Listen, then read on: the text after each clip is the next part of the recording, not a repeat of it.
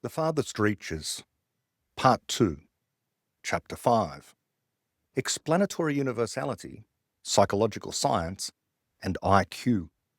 That whole critique of schooling and education that I did in Part 1 applies equally to the fascination many public intellectuals and psychologists, and some others have, with IQ, the intelligence quotient.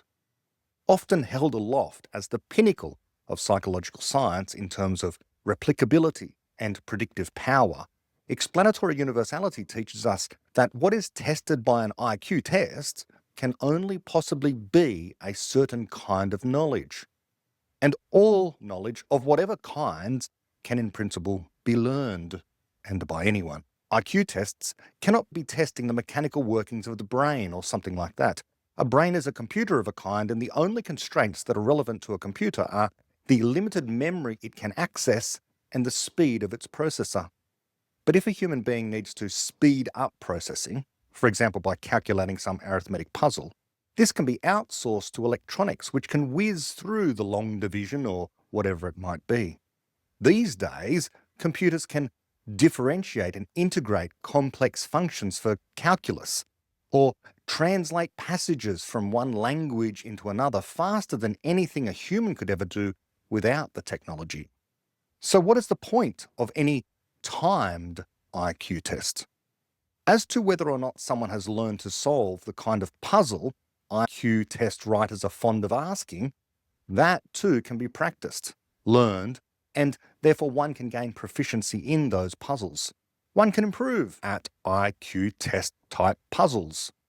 Do people improve in their IQ scores though if the tests are repeated? No, not usually. Why not? Because no one is truly interested in doing better on an IQ test. Nothing is really riding on it. IQ tests are sometimes done as a means of gatekeeping certain jobs. But in those cases, if the person fails to get the job, they will rarely be told it was because they only scored 110 on the IQ test. For others who choose to go along to get their IQ tested voluntarily, they are likely already true believers, and so also won't go away and spend a few solid months or more rote learning how to do IQ questions better. But isn't an IQ test score predictive of success in the workplace? No doubt. But so too is something like dressing according to cultural norms of formality, and speaking confidently and smiling and being polite and not suddenly swearing for no good reason. There are many ways of predicting success, but thinking that only some of these are choices, like deciding to dress formally when things are expected, while others are baked in, like the electrical wiring in a brick house, which is supposedly the equivalent of your IQ being able to solve certain kinds of puzzles in IQ tests, is another consequence of misunderstanding what the human mind is. It's universal, and it can learn how to dress differently just as it can learn how to rotate shapes mentally. Chapter 6, Explanatory Universality and Adopting Culture. If a human mind can learn anything like how to do certain puzzles better, or study and learn to improve performance in some academic subject, and as we have already explained, a mind can understand any physical process that can be understood. If all of that can be learned about by any person, then an important category of anything that can be learned or understood is a culture. Any culture can be adopted by any person in principle. Adopting a culture and following certain traditions and norms, therefore, is always a choice, and a continuous choice at that, even if it is generally relegated to the subconscious. We don't have to consciously think about fitting into our native culture very often, or a culture that we have adopted and assimilated into.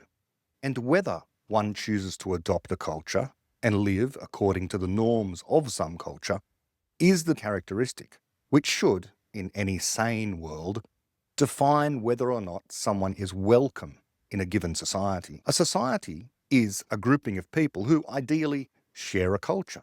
A culture, in turn, is a set of ideas shared by a group of people, causing them to behave alike in certain ways. Again, Because the mind is universal, these ideas can be learned, adopted, taken on, in theory, by anyone. Of course, in practice in the modern world, many choose to reject the culture in which they find themselves, either by birth, though this is rare, or deliberate choice by, say, immigration. There is a genre of YouTube videos, of which I am fond, where a usually very European-looking person, usually some young white man, has spent some years learning some particularly exotic foreign language to extremely high proficiency. For example, they may not merely learn standard Chinese Mandarin, but some regional dialect of Chinese. The game they play on the YouTube channels then is that they go to some far-flung place in China and then shock the locals by speaking in perfect dialect, or near perfect dialect anyway. Not only do they get the broader Chinese grammar correct, they get the regional accent and quirky phrases correct as well, astonishing everyone they encounter. Of course, everyone has known that people can be multilingual. We've always known this. It's hardly a revelation. But it seems the lesson from universality there has never been fully appreciated. Although it was clear that of course anyone can learn Chinese or English, after all, every Chinese child and every English child learns their native tongue to extremely high proficiency, this was never extended beyond language into literally everything else people do with their minds, like mathematics or chemistry or playing the violin and so on. Even though people throughout the world have for time immemorial been multilingual. The lesson there is obvious, or should be obvious. Anyone can learn any language anyone else can learn, and so anyone can learn anything anyone else can learn. And of course, yes, some people like playing with language more than others. Some people are kind of better at speaking their native language than others. Shakespeare excelled at the kind of English that he spoke and wrote in, beyond his contemporaries, and there are many such people today, novelists and so forth. But again, pointing out these differences just begs the question. Some people are more interested in language than others. But we could all, if we really wanted to, spend our time to become novelists, but most of us just aren't interested. We've all seen, I'm sure, in our own countries at some point or other, the equivalent of the child who, born to Chinese parents, whose ancestors might be traced back in China 1,000 years or more, is born in or emigrates to a place like, let's say, Australia. Such a child grows up and, while obviously looking all the world like a person from China, nonetheless speaks and acts exactly like an Aussie from the western suburbs of Sydney, or choose your local area, the suburbs of London or Los Angeles or New York or wherever you happen to find yourself. Anyone in a big city has experienced this, and the first time they do, it can cause one to be taken back a little, depending upon how frequently it happens. I recall being in Edinburgh, Scotland, ordering a coffee and hearing from the barista, an Asian person I at first assumed to be a Chinese immigrant, perfect English, but with a strong Scottish brogue. It surprised me. Such surprises, as time goes on, will only decrease in frequency, of course, as people become more and more mobile across the earth, and technology facilitates the more rapid spreading of memes, like English speaking, and English speaking with particular accents. If anyone can pick up English, or Mandarin Chinese, or English with a very strong Scottish accent, name your language and dialect, and adopt the behaviours of the people in that society, any culture, then universality teaches us that that person is of that culture. They belong to it, and the culture belongs to them. It is theirs. It is their culture, because they are their mind, and their mind is not Asian or white or black. Their mind is infinitely flexible software, infinitely flexible, because again, that is just another synonym for universal. Language, accents, and even culture itself, none of these are inborn. They're not genetic. It is this capacity to adopt literally any idea at all that makes all forms of bigotry not merely immoral, because it causes suffering to the person experiencing it, but irrational, because in our explanatory universality, we're all the same in the most fundamental way, and in the only way that matters. We can change our minds and continue to change our minds anytime we learn something new. Racism is the misconception that there is something inherent and important cognitively about certain races, in scare quotes, that separates them from other people who are supposedly superior. But universality says That if skin color is different, or even if brain structure is different, if the genome is different more broadly, none of that matters to what a person is. Because all that matters in moral terms or in any truly deep sense about a person, scientifically, philosophically, morally, or otherwise, is their mind. And the mind is universal in its capacity to learn anything, adopt any idea, and become a member of any culture. It is why we have a phrase like, changed my mind. We can always change our minds, and we do. It has sometimes been said, even by those who are ostensibly against racism, that we concede there are obvious external differences between people, like skin colour or shape of nose or average body mass and so on. So it should be no surprise that the DNA, the genome, codes for different brains as well. But, these people argue, we should not judge people anyways because individuals are not averages. So even if the difference in IQ or brain type between the races is on average different, we should judge people as individuals. That's what those people say. That is an argument against racism that is sometimes deployed. Namely, people are indeed genetically different, but we cannot judge an individual based upon their group identity or their belonging to some race. While that is all true, it completely misses the point. It tries to argue racism is wrong on the basis that the person before you may well be an outlier genetically, or not typical of their race, or others who share some particular set of genes with them. But there's a far better argument. Chapter 7. Explanatory Universality and IQ, Part 2. To be clear, people do say silly things like, it may be politically incorrect to admit this, but studies show African Americans score worse on IQ tests than white people do, and both of those score worse than Asian people do. But this is no reason to be racist, because the bell curve means you can never tell if a given black person is not an outlier scoring very high on the IQ test, and the Asian person is an outlier at the opposite end and is a dunce. But that is a terrible argument against racism. Firstly, it's still race realist. It admits race is a meaningful category, cognitively or otherwise. At the very least, it's a meaningful category when it comes to the mind, as if the mind has a race. Secondly, it admits that IQ really is measuring something inherent to race, even if only an average, and that the IQ is in some sense encoded in the genes. And thus, when we do population studies, we notice racial differences, and so therefore the genes for being African American, white or Asian respectively, in general or on average, code for differences in intelligence. Note that people who argue this way are talking about differences in race, not culture.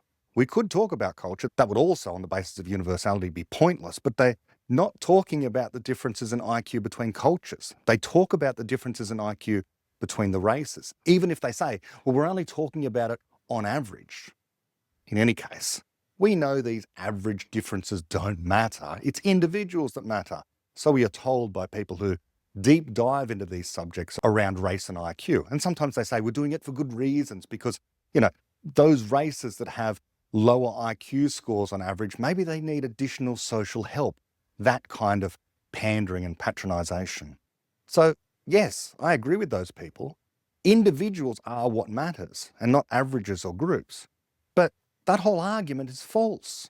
Again, there can be no such genes for IQ differences, on average, between races, precisely because the genes for a human mind code for a universal mind.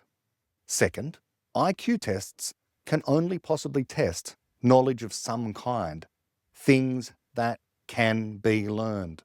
And third, the only reason there might be group differences is because there are group preferences. And there are group preferences because there are differences in culture between groups that still exist because of, let's say, historic reasons. Our memes, long ago, allowed us to fly free of our genes. But again, even if a person was to perform poorly on some IQ test, that tells one nothing about their capacity to learn some new piece of knowledge or some skill. After all, again, their mind is universal if they are a human being. Genes code for proteins, but ideas are not made of proteins. Those are encoded later as people learn more. Arguments from universality against racism similarly apply to sexism, homophobia, and bigotry of all kinds. Males and females may have different brain structures. They may even have something like systematic preferences that can be studied, caused in part by things like differences in hormone or neurotransmitter makeup. But again, this is not to say this affects their universality, namely their capacity to learn anything or take an interest in anything or explain anything. That more men are engineers and more women are hairdressers does not mean women are worse engineers and men are worse hairdressers, and nor does it mean we should encourage more women to become engineers and more men to become hairdressers. What we should do is encourage people to pursue their own interests, without regard to why they have those interests. Who are any of us to socially engineer the world around us because we think there should be a balance of genders or any other superficial characteristic in some profession or sport or academic subject area? Unless there is existing legal, and sometimes cultural, discrimination, which always and only occurs because some leaders somewhere create laws based on bigoted ideas, the solution to bigoted ideas cannot be more bigoted ideas. It's to remove bigotry.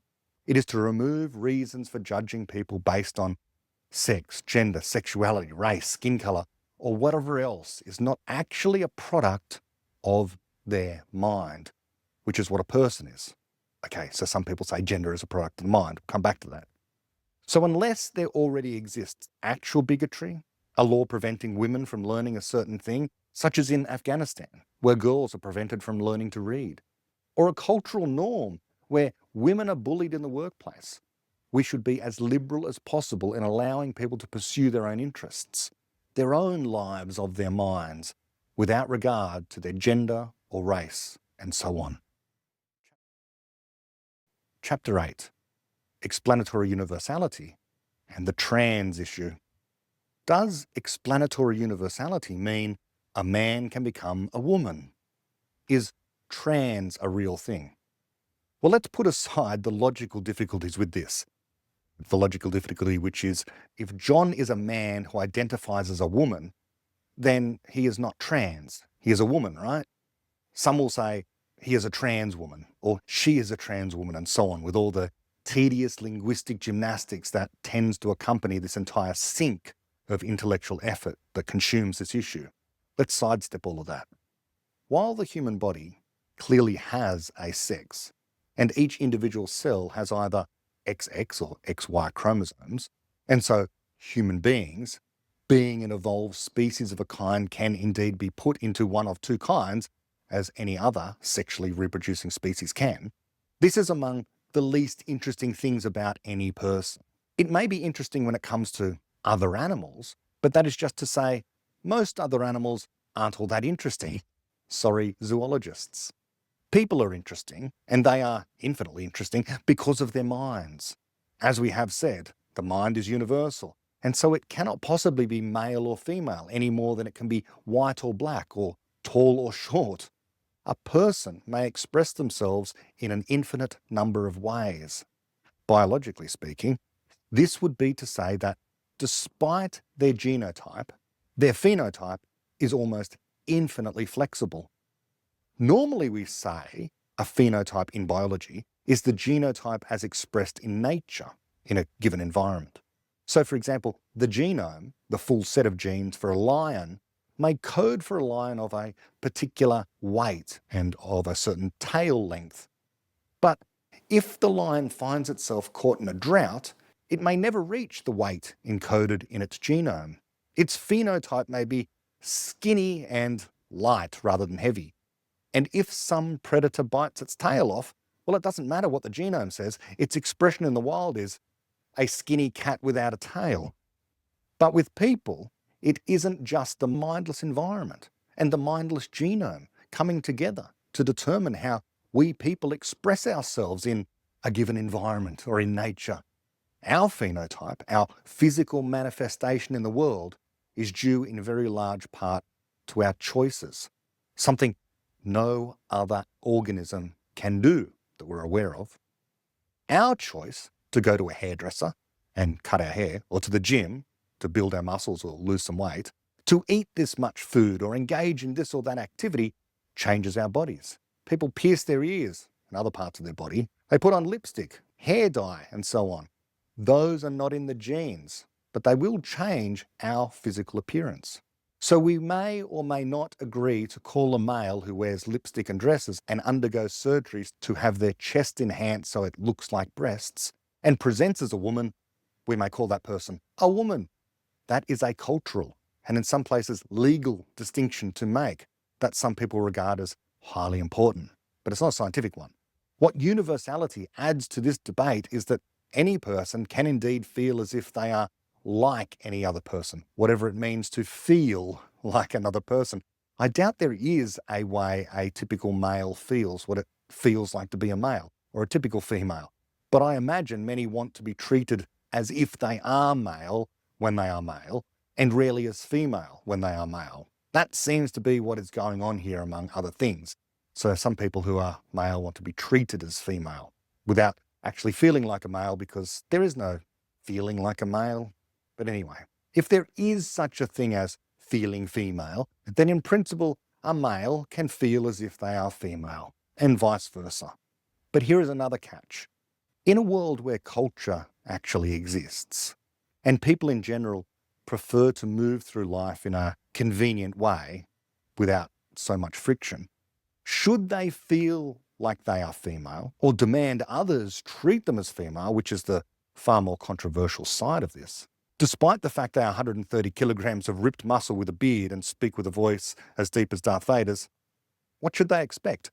Well, one thing they can expect for the remainder of this decade and likely next and for some time to come is that they will and should expect to get some cultural pushback against any action in a society where they expect to be treated as a lady, while for all the world ticking every box in not merely the male column, but the very masculine male column. This is simply social realism as applied to gender. Society operates according to norms, and whether one likes those norms or not makes no difference at the point where one would prefer them to be otherwise. Sure, social norms are not laws of physics and can in principle change, but social change of that sort, especially rapid change of that sort, treating men as women and vice versa, can be profoundly difficult, not least because all people tend to be quite comfortable with the present arrangement and uncomfortable with drastic revolutionary changes on that front. And also, we always, all of us, implicitly react and judge the appearance of someone standing in front of us. This is common sense. A culture is a set of ideas that cause people to behave in similar ways. That includes ways of treating boys and girls and men and women. Memes evolve over time, and often for good reasons, traditions develop. We recognize that men are typically bigger, stronger, and more dangerous, and so traditions of protecting young girls from men have arisen. So universality teaches us both that we can expect some men who think they are women to genuinely have these feelings, because anyone can feel the way anyone else can. But a typical culture in 2025 will also tend to resist, and resist strongly, masculine men trying to pass themselves off as women. And so an honest man, caught in this bind, has a choice to continue to live a difficult life where they continue to insist they simply are born that way and cannot change, which is in violation of explanatory universality, or to think to themselves, maybe I prefer not to get the sideways glances and the pushback about using women's restrooms and making a big deal about that, or competing in women's weightlifting by using this wonderful universal mind of mine and actually go about changing my mind about who I am. Now, of course, I should say here that for a person genuinely caught in this bind of thinking they are a woman when they are a man or vice versa or anything in between and want to do something to make life a bit easier, I do not argue this is easy. It may be hard. This is what, by the way, passing is all about. So if you are a man who thinks there's a woman, well, there's a way in which you can make yourself look very much like a woman.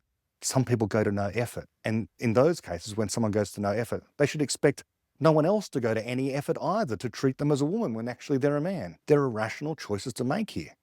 One may well think it worth the bother to change the world around them while they remain motionless like Archimedes' fulcrum. But that's a choice. You're not destined to be committed to having a life of social awkwardness precisely because you've a universal mind and can change it to work to solve other, far more interesting problems. And people do far more interesting things all the time. They overcome their survival instinct and go to war. Or at age 40, they decide to learn Mandarin, having never spoken a word of it until that moment in their life. Some ideas may be very hard to change, but in a world where minds exist that do have the capacity to change, why not use that capacity to learn to enjoy life to the full, rather than be obsessed, narcissistic-like, by your own self-identity? Yes, sometimes it can be highly important to challenge the culture and reject certain social norms, and we should all be able to. But we should also be clear-eyed and realistic about it. By definition, if you challenge culture and reject cultural norms, you are up against an overwhelming majority. An individual can always make the choice: fight the battle, which may well be worth it, or fit in a little better. We humans can, in general, guess pretty accurately how we're going to be treated by others in a given culture. So it is no help pretending to be constantly surprised when you are rejected by members of a culture for rejecting the norms of that culture. There is a spectrum of virtue worth recognizing here. Of course, the Afghani girl who stands up to the Taliban in an attempt to change the cultural norm around how young girls who decide to learn to read are treated, that's one end of the spectrum, highly virtuous, good, precisely because the skill of reading and the rights of young girls are extremely important. And that is an Enlightenment value, treating men, women, boys and girls the same with respect to education and learning. But at the other end, the 55-year-old guy who looks like a bikie who wants to use the girls' bathroom or play in the children's playground with all the children, that's something different, and we all know it. And the reason is, it's not virtuous, and it doesn't accord with Enlightenment values, because we accord special privileges to children and rights because we understand the danger that certain men present to them. Incidentally, the same kind of men that prevent the girl in Afghanistan from learning to read. This is where we appeal not merely to universality, but to common sense. Chapter 9. Explanatory Universality and Immigration. This is likewise the reason why immigration can be informed by an understanding of the universality of human minds. If I travel to Korea, as I have now on many occasions, I know to bow as a thank you and as a greeting or farewell. I know to try, as well as I might, to fit into the culture in the places where it differs from my own. The metric for immigrating to Korea should be whether or not one is willing to adopt the culture of Korea, South Korea in particular. Not necessarily wholesale, and not on the condition that one gives up one's own culture utterly. No. But at a bare minimum, there are standards and norms one must simply be willing to support if one wishes to be welcome in Korea, or at least there should be. And who should determine what those are? Any reasonable government should want an immigration policy, subject always to change over time. Policies should evolve and never be set in stone. We always want policies to be able to be error corrected. We want in immigration a policy that can assess a person's suitability for being able to adapt to and adopt their chosen nation's culture. This is not a problem, of course, for newborns, babies and infants, because they are largely unencumbered by culture. They adapt far more readily to the culture in which they find themselves. And yes, of course, in principle, anyone can adopt any culture. I've been arguing that consistently all the way through this. But that in principle notion runs up against very real practicalities. And this is because an individual human being is not merely a person, not merely an engine for generating ideas, but also a conscious being who behaves according to what they know, the decisions they make and the memes in their mind. In short, a person does not only create ideas, they act according to those ideas. And ideas can be good, bad, or indifferent, and can cause a person to be more or less suited to a particular society. Even some people born into a society learn the wrong lessons early on and make error after error. When those errors are severe enough, they can present a real danger to the people around them. Those people often become what we call criminals, and so we imprison them, primarily for the safety of everyone around them. Those violent criminals in particular have, in the technical sense, not been civilized. They have failed to adopt the civilized culture to which they belong in the West, let's say. We also imprison them because a mature justice system also realizes that not only should a society wish to protect itself from criminals, but that criminals, because they are people and people are able to learn anything, can learn better. The word for this in the criminal justice system is rehabilitation. Without using the words I have as such, it is rehabilitation, the recognition that people can change, and that is possible because they have creative minds. In any case, a person, whether born into some culture or immigrating into it, can become dogmatically committed to certain ideas they hold, precisely because that is what they have learned over time. And sometimes what they have learned and become dogmatically committed to are antagonistic to the place they wish to live in. They may be filled with bad ideas and anti-rational memes. No rational society should wish to import a person for which any reasonable explanation of their behaviour would suggest they are already hostile to the society they wish to immigrate to. No rational society should wish to allow the immigration of people who profess they wish to overthrow the government or the culture of the nation they wish to immigrate to.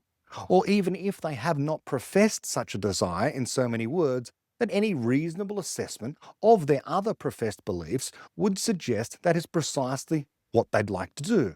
For example, if a person did not say in so many words, yes, I wish to destroy the society I want to immigrate to, they might not say that, but they might say, yes, I am a deeply committed communist and try to live by the works of Marx and Engels, and I think if we try to implement their ideas properly in this new society, we can make the whole world a better place.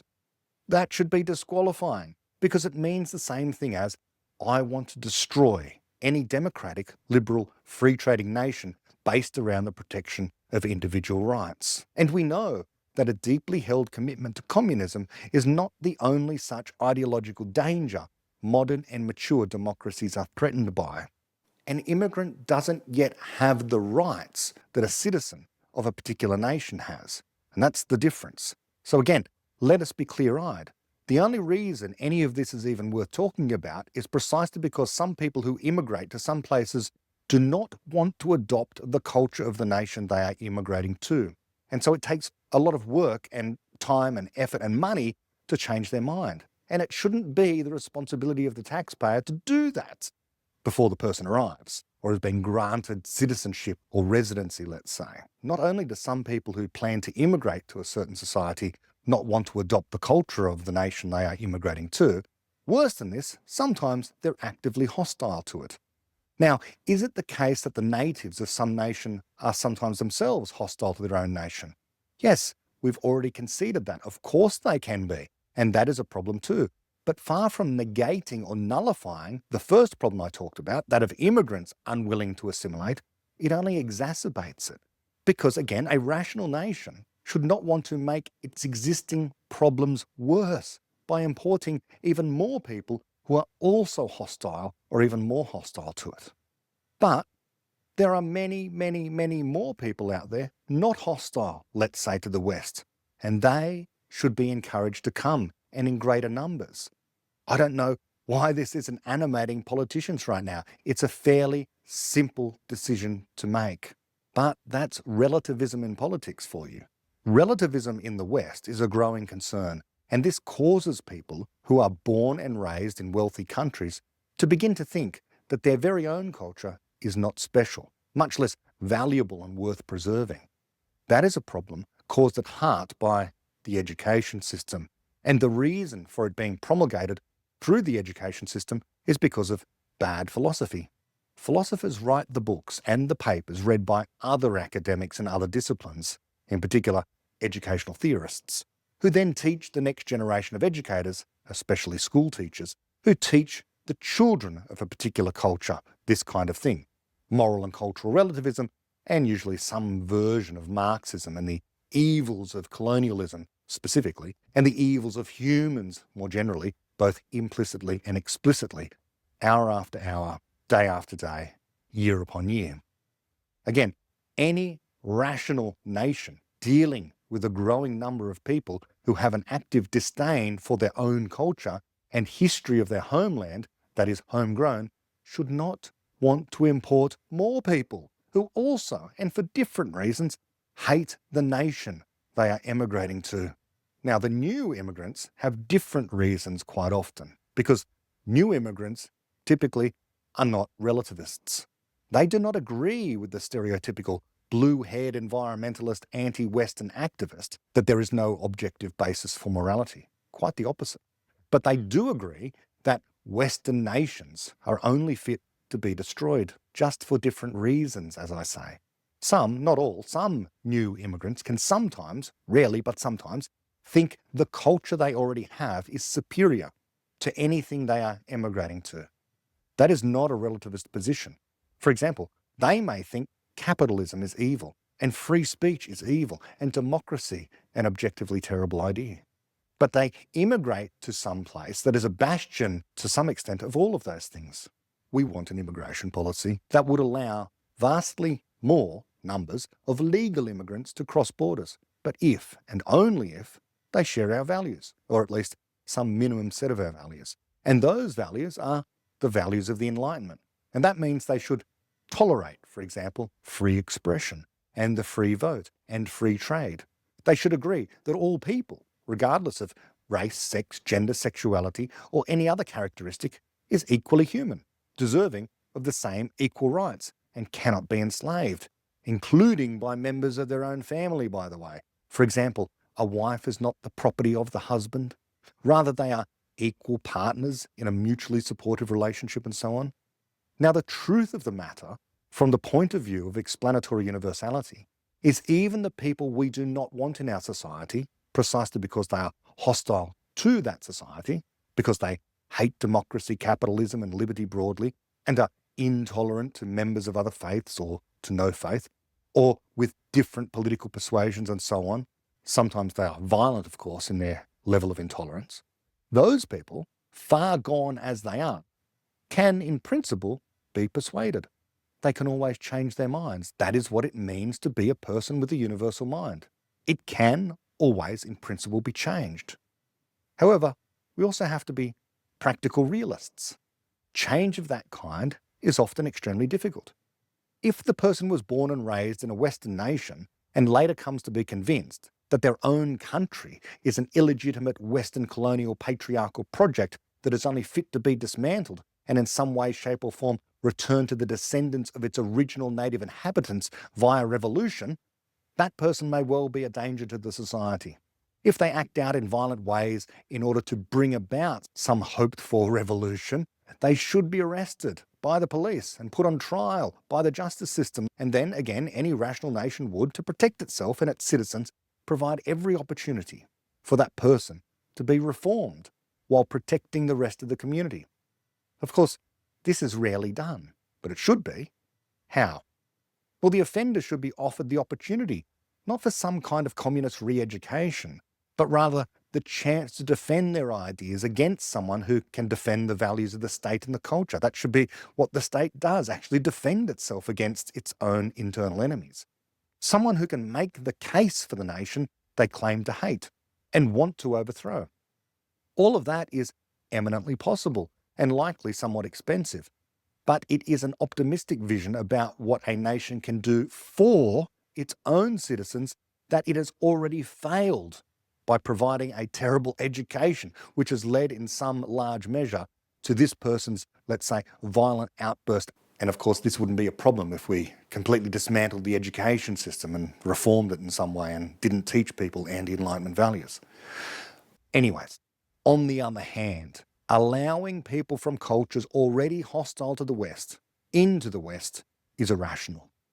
If a person genuinely believes, for example, that some version, some strict version of the Islamic religion needs to hold global sway, in other words, the caliphate should obtain, and that therefore any nation they go to, like the UK, already has an illegitimate government, that person is a danger coming as an immigrant into that country. And worse, if they think that this government is only fit to be overthrown in the fullness of time in order to bring about the Grand Caliphate, and that in the meantime, the immigrant deserves to be supported by the welfare state for some indefinite amount of time, this is not merely irrational, but absolutely suicidal in its stupidity. Yet it is approximately what many nations are doing. The politicians and bureaucrats, in an attempt to be seen as compassionate, allow immigrants from nations where we know the citizens are often hostile to the West to nonetheless immigrate to the West under the guise of being refugees or fleeing persecution. But also, and this isn't conspiratorial thinking, it could just be the case that those politicians and bureaucrats happen to share the idea, for different reasons, that their nation is evil in some way and deserves to have open borders so that it is slowly assimilated by all the denizens of the world and ultimately destroyed. Although they might not put it that way, and no meetings were held, they are just controlled by that same set of memes that is self-destructive of the nation, but being generous. Let's assume that the politicians and bureaucrats think that allowing people, no matter their background and no matter what their thoughts are and no matter what their behaviours are, should be allowed under the guise of compassion to enter any nation they wish to, that this idea that the immigrants are fleeing persecution, that cannot be all that matters to the nation they are fleeing to. Again, an individual is also a set of ideas. They behave according to what they think is best. And what they think is best may not be good at all for the place they are going to. And while the value of human life cannot be calculated, it is clearly the case that, as I stated earlier, we are all of us very different, and we should expect people from distant lands and foreign cultures to be, on average, more different indeed from us than those from cousin nations that share our culture. And therefore, we need a robust system of assessment before allowing a person into our nations on the basis that they are fleeing persecution alone. Those people coming in should be able to demonstrate somehow that they are friendly towards not merely the nation, but the values and traditions of the nation. And then they should be monitored. And if any sign is made that they have lied about their support for certain values, say they begin to join in protests and shout bigoted slogans, they should be deported. But it should never get that far, because people can be assessed as suitable or unsuitable applicants for residency long before they are granted entry. And if governments say this is not feasible, we should want to elect new governments. Although minds are universal, they can become encumbered by all sorts of bad ideas, including anti-rational memes. And so universality only ever provides an in-principle argument that one can change their mind about anything because they can learn anything and learn better. But the university student in Australia who was converted to a revolutionary form of Marxism 12 months ago and has been calling for the downfall of Western civilization only since they turned 19 years old, can in all likelihood be persuaded otherwise. Because, among other things, they will be proficient speakers of English and will have adopted a vast number of ideas crucial to the maintenance of civilization, even if they don't know it. They are ripe for the realization that communism is false and Western civilization is a beacon of the Enlightenment, and so on. And we have deep, long experience with that kind of thing. The university student who's a Marxist while they're at university and changes their mind when they get out into the workforce and realize that earning money and generating wealth is actually a fun, good thing to do. And in principle, the new immigrant from Afghanistan could do the same, and often does. But we cannot ignore the cases of the 32-year-old Islamist man from Kabul, newly arrived in Canada, and why they are different to the Marxist uni student. The Islamist was born and raised in a culture over 3 decades and learned a set of ideas utterly hostile to the West. They are often, though not always, deeply ingrained with a visceral hatred of members of other religions that are not Islam. They may be anti-Semites. They may think terrible things about Hindus, even if they have never met any. They may think girls should never be educated and that women are the literal property of their husbands, and so on, that it is fine to beat their wives and children. In such a case, that person has a universal mind. Sure, they're a person just like anyone else, but they also hold deeply, deeply entrenched memes, guiding behaviours that are a danger to any society they immigrate to. So am I making an argument against Afghans who claim allegiance to an extreme or even merely strict form of Islam from ever being permitted entry to a Western nation? No, but it is an argument for being more careful when assessing their suitability for immigration around what their ideas are. Karl Popper wrote that, quote, while differing widely in the little bits we know, in our infinite ignorance we are all equal, end quote. Throughout Topcast and especially in this episode, I have concentrated so far in this piece, quite heavily, implicitly, on the latter part of that, in how we are all equal as universal explainers, or in Popper's terminology, in our infinite ignorance. In other words, no matter how much we learn, there will always be an infinite amount more left to learn. But let us consider the first half of that quote a little more. Quote, while differing widely in the little bits we know, while differing widely. People are very different from each other, and it is culture that unifies us. And when cultures clash, we can discuss things and come to mutual agreement. But there exist people who do not think that is on the cards. They think violence is a reasonable response to differences in culture or differences in ideas. They genuinely do want to conquer using swords and guns and violence. We should want to admit this, that their universal minds contain ideas that, if imported, would only make our own societies worse, not better. Now, out of all the many people who do immigrate to wealthy Western nations each year, those people are going to be a small minority. But small minorities can sometimes have outsized effects. A legal system of immigration should concede all of this. That because minds are universal, then in principle, anyone can adopt any culture, contribute to it, and grow the knowledge, wealth, and prosperity of a nation. Hence, have as liberal a policy for immigration as reasonably dictated by the government of the day, and in all likelihood, increase the number of legal migrants permitted to come each year. But this can only be possible on the admission that not everyone who comes will be suitable. And so there should be criteria for supporting Enlightenment values and, more narrowly, the laws of the nation. For example, around the rights of women, homosexuals, Jews, and other sometimes persecuted minorities. We have to admit, racists and bigots of all kinds exist, and they can be prospective immigrants. Being an immigrant does not grant one some kind of magical status that causes one to possess some special kind of elevated moral or intellectual status. Nor does it grant a person a lesser moral status.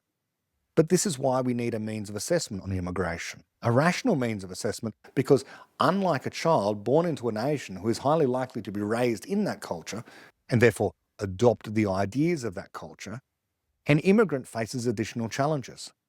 They do not merely have to adopt the culture they wish to immigrate to, but they may have to give up, forego, or even forget entirely ideas they hold that are hostile to their new chosen nation. And as an aside, because we want a more liberal and generous policy of legal immigration, we can only have this if we are equally illiberal and not generous with illegal immigration. There should be next to no tolerance for illegal immigration, except in the very rare cases of extremists where people genuinely are fleeing persecution. But in those cases, international agreements and treaties should have it that once a refugee flees to a safe place, the first safe port, there they should stay and then apply to some more ideal place. It should not be seen as legitimate for people to flee some war-torn place in a distant country and cross many national borders and sometimes seas and oceans before ending up in a place with a very generous welfare state and then demand asylum. Asylum and safety was already achieved once they'd managed to escape the war-torn nation, weeks or months before their journey was concluded. The most brief way to put this is that we should want immigrants to assimilate when they arrive in a new nation. Assimilation means nothing more than genuinely adopting the culture that a person finds themselves in. This does not mean giving up all parts of the culture of their birth, although it could mean giving up some parts. For example, if the culture demands something like, again, to use the trope, girls not being permitted to attend school or to learn to read. We can admit that in principle, everyone could assimilate into a new culture because of explanatory universality. However, in practice, because of the existing memes in certain minds, some people will find this far more difficult than others, and some will actively refuse to assimilate at all. And in a circumstance where a nation has a generous but finite ability to accommodate new immigrants, one way of prioritizing who can go to the front of the line is by assessing who shares many of the memes that define the culture already and who do not. For example, a South Korean will far more readily assimilate into Australian or American culture, and indeed they do, than a North Korean would. Indeed, North Koreans often find it highly difficult to assimilate into South Korean culture, even if they have chosen to escape the North for the South. And South Korea has a very rational program for dealing with this. They literally help teach those who manage to flee the North into the South the culture of South Korea. The South has something in place called the Hanawon, an assimilation center for North Koreans, which is officially called the Settlement Support Center for North Korean Refugees.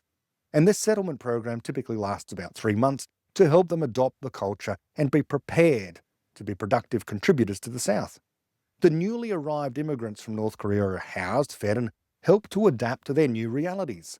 And that is for a case where these two nations, North and South Korea, share very many aspects of their otherwise different cultures. Their languages are very similar, not identical, but very similar. Their preferences for food, similar. An understanding of family structure and very many things that people outside of North or South Korea would find foreign. But similar as they are, the South still sets strong requirements on what it takes to assimilate. One might wonder why it is, then, other Western nations are so nonchalant in comparison when it comes to the assimilation of people from cultures far more widely separated than that of the North and South Koreans. Consider how this very situation should be regarded as an important factor for any nation that is faced with this imaginary decision of allowing this or that Korean into their nation, even if the North Korean in some sense can demonstrate their more urgent need for charity and compassion because they are a refugee fleeing persecution. A need for charity need not trump every other consideration all the time. A nation should be self-interested.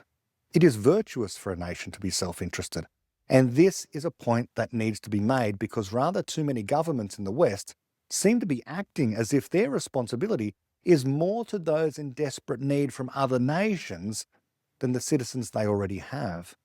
But this empathetic stance cannot logically continue without limit. Values matter. But what are values? Values are literally those things worth something, and therefore worth preserving and protecting. For example, people say, we value free speech. Now, whatever free speech is, the limits can be debated. The fact is that it is valued by Western nations. We tend to preserve it, election after election. Sometimes governments define strict limits around speech. Sometimes the voters punish governments for having punished citizens for saying politically incorrect things, and so the pendulum swings back towards a more liberal policy and so on. One would hope in a culture that protects a tradition of criticism that our understanding of free speech and what it is evolves in the same way our understanding of anything else evolves, like our understanding of science or morality broadly. So something like free speech is indeed a value we defend in the West, and an important reason why it is regarded as crucial, or even of central value or paramount importance, is that it allows for the creation of yet more value. It allows us to talk about plans for, say, new widgets, new technology, or new services. We also value free trade or capitalism. This is a value that says having engaged in free speech or free expression on your own or by cooperating as a group or business, whatever comes out of that expression known as creativity is yours to claim as property. You created it, and so now you own it. It may be a book or a podcast. It may be designs for a new coffee cup or lines of code for a new AI assistant, or a piece of music or a recipe for ice cream, or a trillion other things that individuals or groups come together to invent. And having invented that thing, then free trade allows for the trading of that thing and the generation of more wealth.